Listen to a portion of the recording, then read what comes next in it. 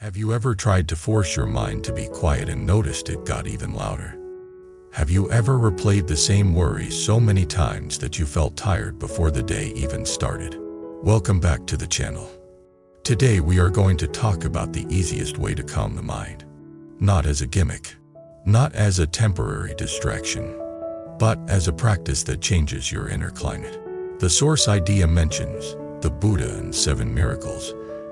And I want to translate that into something you can actually live. Because the biggest miracle is not fireworks in the sky. The biggest miracle is when your mind stops attacking you and becomes a place you can rest. Overthinking is not intelligence. Overthinking is the mind trying to control life by repeating thoughts. It is a survival habit that got too strong. It tells you that if you keep analyzing, you will be safe. But most of the time it makes you less safe. Because it steals sleep, steals focus, steals confidence, and steals your ability to feel joy without fear. So let me tell you a story. Because calm becomes real when it has a human face. There was a student named Sana who looked normal from the outside. Sana could laugh. Sana could answer questions in class. Sana could help friends. But inside, Sana felt like a storm was living in the head. Not always the same storm. Sometimes it was fear. Sometimes regret. Sometimes imagining worst-case futures. The mind would grab one small detail and turn it into a whole movie. A friend did not reply quickly, so the mind said you are unwanted. A teacher looked serious, so the mind said you are failing. A parent sighed, so the mind said you are a burden. Sana did not choose these thoughts. They arrived like automatic messages. At night, Sana would lie in bed and try to sleep. The body was tired, but the mind was busy. It kept arguing with reality, replaying conversation, planning perfect responses, predicting danger, demanding certainty. Sana felt ashamed about it. Sana thought, why can everyone else relax and I cannot? That shame made it worse, because shame is also a thought loop. One evening, after a day that felt heavy without a clear reason, Sana went for a walk alone. The sky was dim. The street was quiet. Sana felt the heart beating fast and could not explain why. Then Sana noticed a small temple at the end of the road. The door was open. There was no loud crowd, just a calm space. A few people sitting, and a monk sweeping slowly. Sana stood at the entrance, unsure. The monk looked up and smiled. Not a big smile, just a gentle one. The monk asked, "Are you looking for something?" Sana hesitated, then said the truth.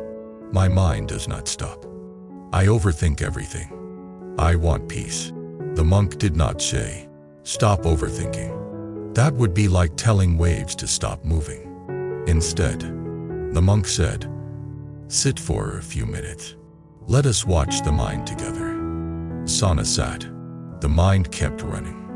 Sana felt embarrassed. The monk said softly, "Do not fight the mind.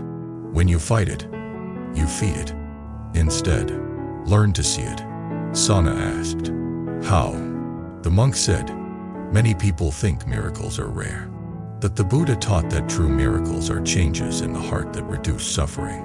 I will show you 7 miracles you can practice. Not to impress anyone, to free yourself." Sana listened, and the monk began speaking. Not like a lecture, but like someone describing a path through a forest at night. Clear, simple, patient. The first miracle was the miracle of stopping for one breath. The monk said, "When overthinking is strong, you do not need to solve the whole mind. You only need to interrupt the momentum for one breath. Feel the inhale. Feel the exhale. Do not decorate it. Do not judge it. Just feel it." Sana tried. The mind still produced thoughts. But for a second Sana felt the breath as a real thing. Not an idea. That second felt like a small clearing in a dense jungle. The monk said, "That is not nothing. That is your first freedom. If you can find one breath, you can find another. The mind will still wander, but you will no longer be fully dragged." Sana returned home that night and tried again. One breath, then another. The mind still raced, but it's often slightly.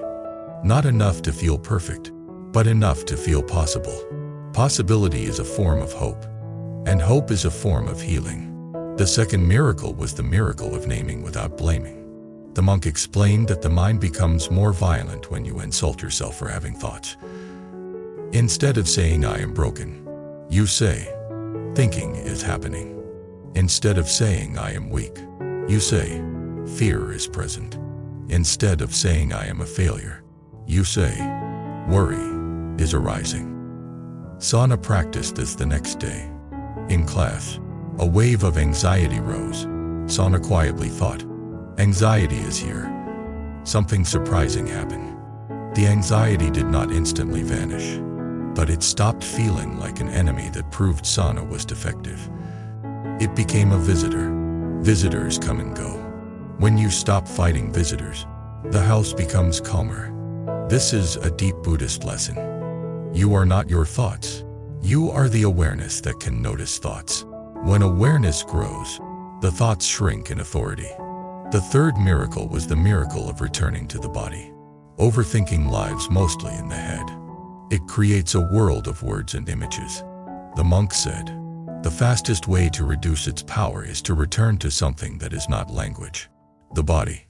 Sana began noticing feet on the ground, the feeling of hands, the temperature of air on the skin, the rise and fall of the belly. This is not complicated. It is direct. And directness is Zen-like.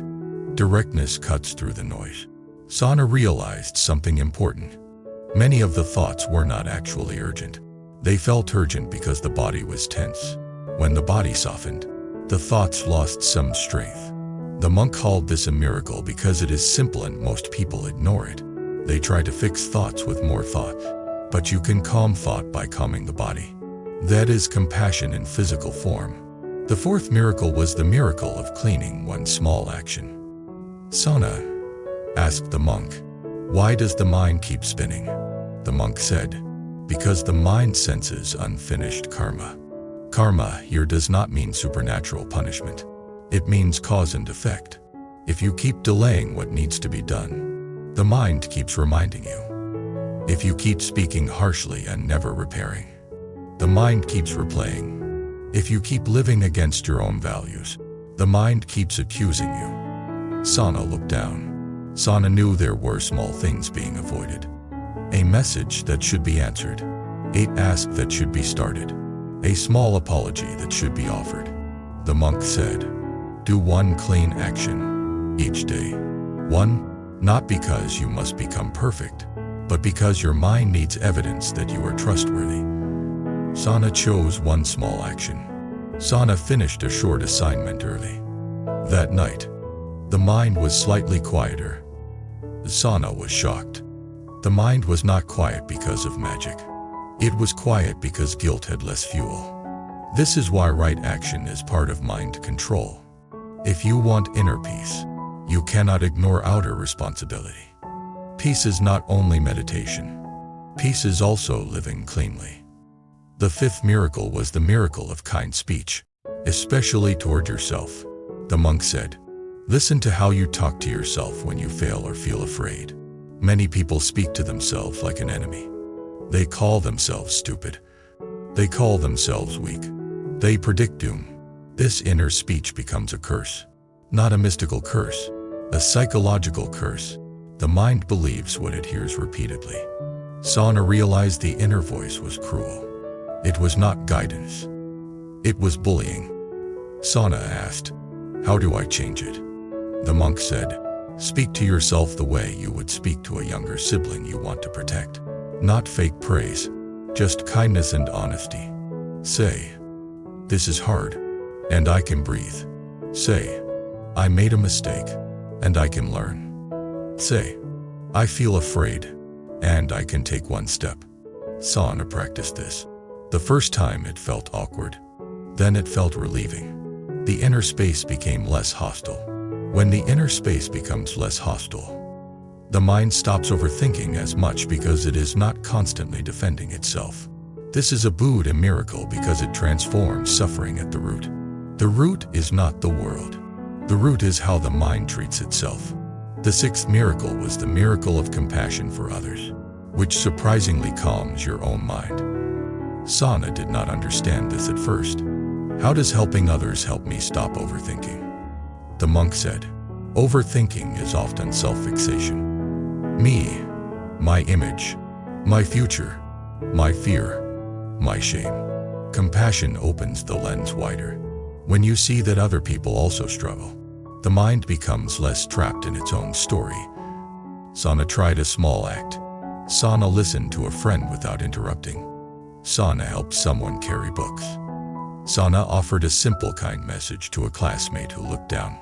That night Sana felt softer, not because the problems disappeared, but because the heart was warmer. Warmth is medicine.